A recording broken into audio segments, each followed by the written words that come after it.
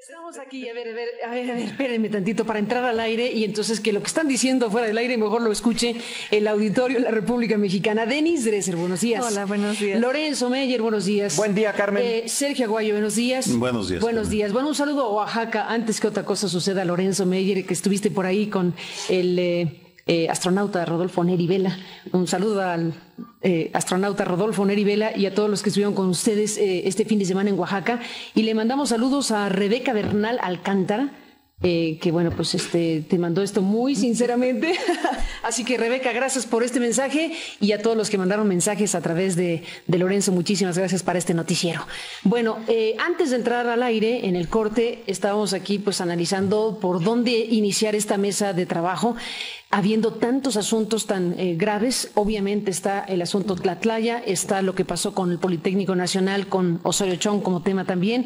Evidentemente lo que está en la piel en este momento es lo que está sucediendo en Ayotzinapa, es estrujante, es terrorífico, es la palabra que quieran. Lo que ha sucedido y está sucediendo en un lugar como Guerrero, en donde tenemos la información ya corroborada de que en 6 fosas clandestinas encontraron 28 cadáveres. No se ha dicho oficialmente que se trata de los jóvenes de la normal de Ayotzinapa.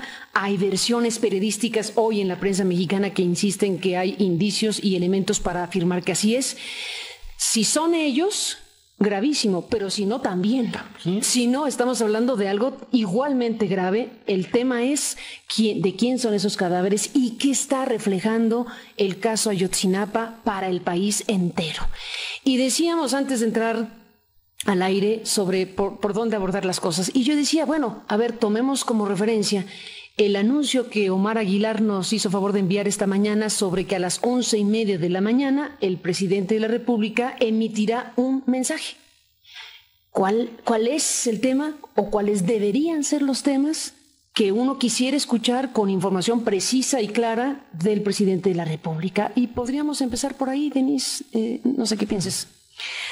Mira, el gobierno de Peña Nieto se encuentra en este momento en una crisis muy severa por el tema de Tlatlaya y el tema de Ayotzinapa. Porque ¿qué están revelando ambos asuntos?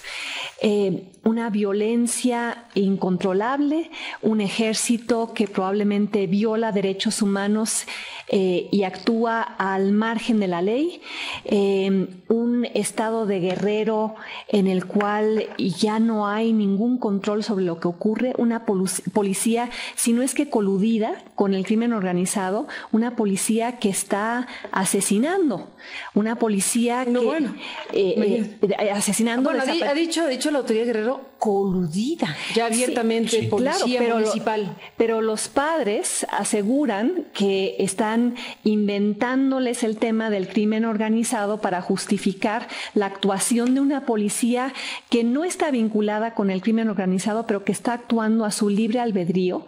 Y eso lleva a preguntas muy serias sobre quién está gobernando actualmente en México. Parecería que hay parcelas de poder autónomas. Por un lado, el ejército, que hace lo que quiere en términos de cuando se enfrenta a una situación criminal y no hay reglas, no hay protocolos, no hay estándares, simplemente decide ejecutar, como parecería que ocurrió en el caso de Tlatlaya. Y a pesar de que haya varios, ¿cuántos? 25 acusados, 8 consignados y 3 acusados ya de homicidio, no queda claro cuál va a ser la autoridad final responsable de enjuiciar y sancionar, y si en realidad esto va a trascender más allá de los soldados rasos o ir hacia los altos mandos, porque alguien está permitiendo que el ejército actúe así. Y lo peor del asunto, Carmen, es que Human Rights Watch hace 5 años emitió un reporte sobre las violaciones increciendo que el ejército estaba cometiendo. Calderón ignoró la información y, por lo que hemos visto en el caso de Tlatlaya, el ejército mismo trató de ocultarla durante 3 meses. Bueno, para no ir más lejos, refieres lo de hace 5 años, pero hace pocos meses el relator especial de ejecuciones extrajudiciales de Naciones Unidas emitió un informe especial de ese tema sobre México, que es estrujante. Igualmente más cercano el reporte en cuestión. Sí, y en el tema de Ayotzinapa, lo peor es que ya se tenía información sobre perredistas involucrados en el crimen organizado, el hecho de que el alcalde esté prófugo, que el secretario de Seguridad Pública esté prófugo. Que haya habido antecedentes no atendidos por otras autoridades, el gobernador, el Congreso. Exactamente, y que el gobernador ahora esté intentando lavarse las manos de alguna manera, adjudicando el problema al presidente, al alcalde desaparecido, como si Guerrero no fuera en este momento una bomba a punto de explotar. Basta con abrir el periódico para ver las ejecuciones sumarias, para ver los asesinatos, el tiroteo en el puerto de Acapulco. Y regreso a la pregunta, ¿quién está gobernando en realidad? Entonces, Peña Nieto tendría que salir a decir ¿qué va a hacer el gobierno federal? Porque también hemos visto una gran renuencia de la PGR y del gobierno federal a involucrarse en estos temas. Bueno, ya trajo el asunto de Ayotzinapa, finalmente. Pero cuando las fosas ya. Sí, pero finalmente, sí. Carmen, al igual que la investigación sobre Tlatlaya y el involucramiento de la PGR se dio tardíamente. Estamos hablando de hechos que ocurrieron el 30 de junio, Carmen.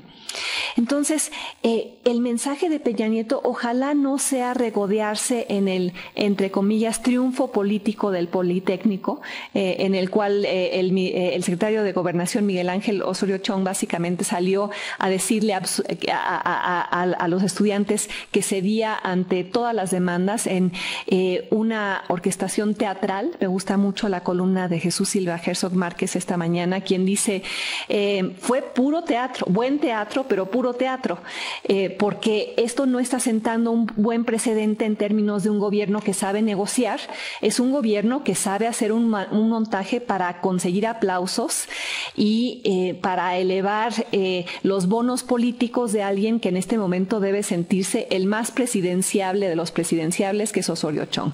Entonces, ojalá... ¿En qué lo notaste eso? ¿En qué parte notaste eso? y ojalá que el mensaje sea ese, no sea...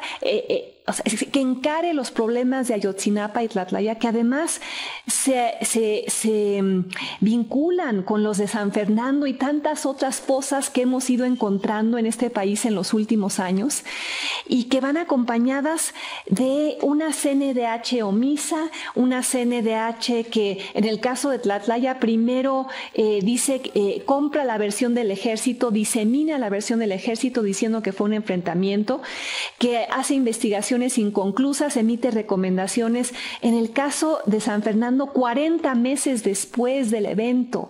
Entonces estamos hablando aquí de instituciones que no funcionan. El ejército, la policía, la Comisión Nacional de Derechos Humanos, bueno, las alcaldías ya sea infiltradas por el crimen organizado u operando criminalmente de manera autónoma.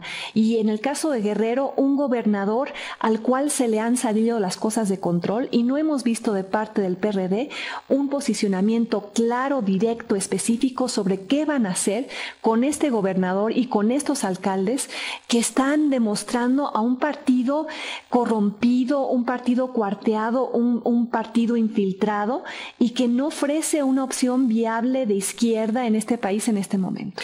Volvemos. Después de escuchar a Denise y después de que Denise plantea que esperaría, y yo me sumo con ella, a que a las 11:30 de la mañana Enrique Peña Nieto pues salga con un mensaje y diga qué piensa hacer de todos estos temas. Lorenzo. Bueno, creo que no le queda otra, pero quiero empezar esto con una de las declaraciones del padre Solalinde que viene en la prensa de hoy, y que dice, exagerando un poco, pero poniendo el dedo en la llaga, que ya todo México es una fosa clandestina. Hay algo en esa frase que nos lleva a ver esta cadena interminable. Es San Fernando, es Aguas Blancas, es San Fernando, es... hasta llegar a este momento de Iguala. ¿Cuál es la razón? A ver, vamos a tratar de preguntarnos por qué lo hicieron. Es decir, ¿qué es lo que un policía de Iguala metido en una pequeña organización municipal que es esa policía, gana con el 26 de septiembre enfrentarse con los...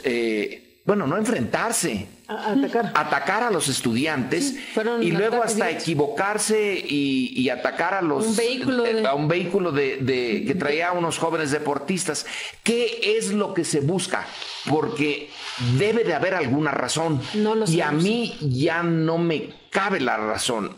Entiendo que las partes autoritarias del Estado mexicano que no se han ido, sus partes corruptas que siguen exactamente igual que hace 10, 20, 30, 40 años, puedo entender cómo funciona. Pero ¿para qué un asesinato, los asesinatos colectivos, y sobre todo en esta coyuntura de ahora? ¿Quién gana con eso? ¿Qué podría ganar el presidente municipal de Iguala? Que estaba molesto porque a su esposa le estaban quitando el reflector, los acontecimientos en Iguala, los estudiantes. Es demasiado. No es demasiado. Es para una cosita de nada una respuesta de esta desproporcionada. No cuadra. Nosotros hasta ahorita hemos estado escuchando, y tú has estado poniendo sobre esta mesa de la discusión los hechos, pero las razones. ¿Cuál es la razón? En el caso de Tlatlaya, dice Denise, el ejército actúa con una lógica. Yo creo que ahí sí hay una lógica. No nos gusta, no debería de ser. Pero el ejército hace ya tiempo que parece habernos dicho: cuando yo me enfrente con estos, no los voy a andar poniendo necesariamente frente al juez, sino que yo soy juez. Pero esto viene a ser desde el siglo XIX, por lo menos, cuando había el problema de un desastre en lo que apenas empezaba a ser una nación de inseguridad. Entonces había la decisión de a quien se tomara con las armas en la mano, ese mismo día se iba a ver al creador y no iba a ir ante ningún juez. Había hasta unas figuras legales para poderlos matar, pero era la lógica del Estado. La lógica de un Estado que estaba apenas naciendo, que no era ni siquiera una nación y que tenía que enfrentar a una situación, sobre todo en los caminos, en el campo. Pero México era rural, los asaltantes. Entonces, ¿cómo hacerle frente a esos asaltantes? Pues matándolos. No había tiempo ni ganas de llevarlos ante ninguna justicia. Así que el ejército trae esa lógica del siglo XIX al siglo XX, al siglo XXI. No está uno para aceptarla, pero hay una lógica. Me enfrento a ellos y los acabo, y ya. Ahora, en esto de Iguala, esta normal ya tiene una historia, y las normales en Guerrero tienen una historia. Cuando empieza la guerra de guerrillas en la Sierra de Guerrero, con dos maestros rurales, Lucio Cabañas y Genaro Vázquez Rojas, ¿de dónde vienen ellos? De las normales rurales del Estado. Eso, ¿y qué se aprendió algo? Se entendió que si a estos dos guerrilleros de aquel entonces, de los años 60, se les hubiera escuchado, se hubiera negociado con ellos, pero también fue igual. Se agarraron a ¿cuál de los dos fue? A Genaro Vázquez, al que agarraron a balazos en un mitin, y que eso es lo que hace que se radicalice, porque no eran radicales en principio, eran maestros rurales con exigencias. Bueno, que se fueron a la guerrilla después de. Ahora, ¿qué busca el personaje que está en Iguala y que da esta orden? ¿Cuál es la racionalidad? Hay actos de maldad pura. Eichmann ha sido puesto como un ejemplo de esta banalidad que le ha costado mucho a Hannah Arendt usar ese término, la banalidad del mal.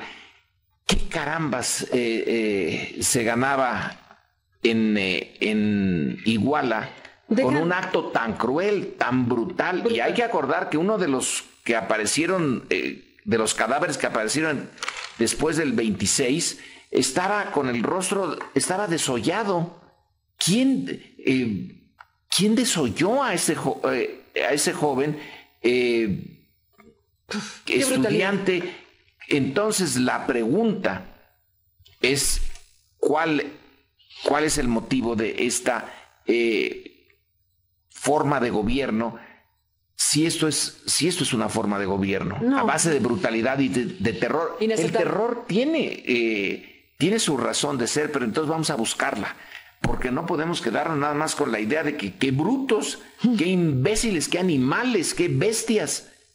¿Cuál es la razón? Porque tenemos que encontrarla para poder no solamente explicar, sino para poder pedir o exigir que se evite. Si no, ¿cómo evitamos esto otra vez? Totalmente de acuerdo. Lorenzo Meyer, déjenme hacer una pausa, volvemos con Sergio Aguayo.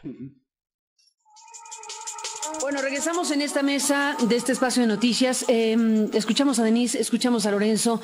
Sergio Aguayo, bueno, damos la bienvenida, si te parece, a Carlos Navarrete, que, bueno, ha estado, como decimos aquí, en un roadshow de entrevistas porque es el nuevo presidente nacional del PRD. Has tenido varias entrevistas previas a esta en diferentes medios de comunicación y llegas a esta mesa precisamente en este momento donde estamos hablando de lo inevitable. Más allá de cómo fue la elección interna del PRD, que es importante, lo que se procesó ahí y demás cuestiones, una vez que ha sido nombrado y electo presidente nacional del PRD, el tema único en esta mañana, desde luego, tiene que ver con Guerrero, con Ayotzinapa y todo lo que involucra a estos dos gobiernos perredistas, el del estado de Guerrero y el de la propia presidencia municipal de Iguala. Sergio Aguayo. Bueno, bienvenido, Carlos. Muchas gracias, Carmen. Gracias por estar aquí. Sergio Aguayo. Sí, Lorenzo Meyer, creo, le dio en el clavo de los porqués, porque las atrocidades ya son cosas de cada día. Aquí estamos ante una atrocidad mayor y lo que muchos nos preguntamos desde hace días es ¿por qué? Lorenzo invocó a Hannah Arendt y me parece que Hannah Arendt y su trabajo es fundamental para entender o para tener una primera explicación, porque lo que Hannah Arendt escribió en Eichmann en Jerusalén, su famoso libro, fue que gente ordinaria puede contribuir a banalizar el mal. Pero no solo Eichmann, sino que en su trabajo también dice los bystanders, la gente que estaba al lado y que no hizo absolutamente nada. Por tanto, Eichmann fue el burócrata gris que no odiaba a los judíos.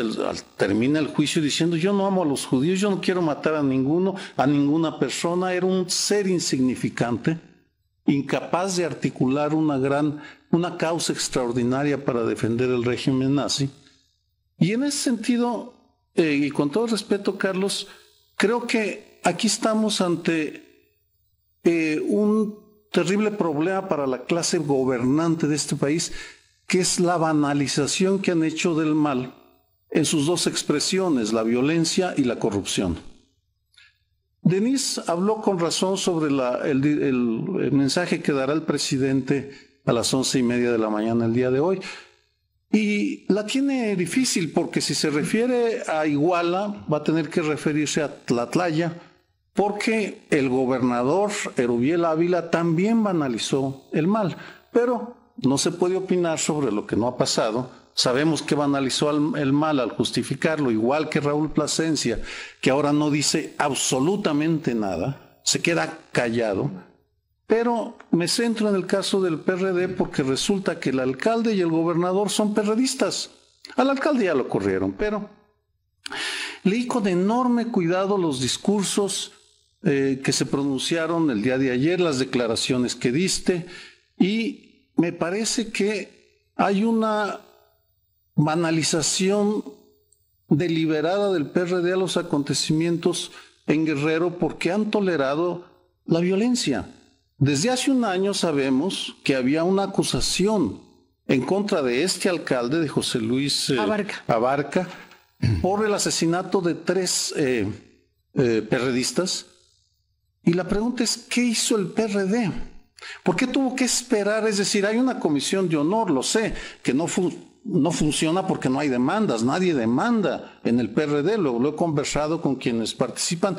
No hay, pese a las acusaciones de corrupción y de indolencia, no hay quien del PRD, militante, honesto, comprometido, luchador, vaya a su propia comisión a exigir que se investigue a José Luis Abarca. Lo que ahora sale el gobernador Ángel Aguirre en conferencia de prensa es para decir que hay una orden de presentación en contra del alcalde con licencia. ¿Qué hizo en el último año el gobernador de Guerrero? Ustedes en el documento, en el comunicado que sacan el día de ayer para pronunciarse sobre este tema, ¿no? Ustedes el PRD, no tú, Carlos Navarrete, que has dado declaraciones al margen, hacen una exoneración implícita del gobernador Ángel Aguirre y dicen: el PRD exige al gobierno de la República que brinde incondicionalmente el apoyo institucional al gobierno del estado de Guerrero. Ninguna crítica, ningún señalamiento, ningún extrañamiento por su silencio y por su tolerancia a estos hechos.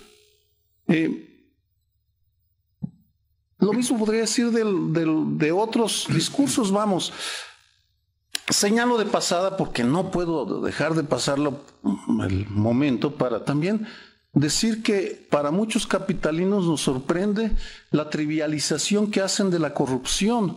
No puedo entender cómo ni Nueva Izquierda, que es la corriente a la que tú perteneces, no ha dado un pronunciamiento sobre la corrupción denunciada de Mauricio Toledo, que pertenece a la misma corriente, y lo único que dicen es que se investigue. Y lo mismo que dicen sobre Guerrero ahora es pues que se investigue. Entonces, lo siento, pero me parece que aquí es el momento de que el PRD, que forma parte del gobierno, no es partido de oposición, asuma sus responsabilidades y nos diga por qué no hizo nada.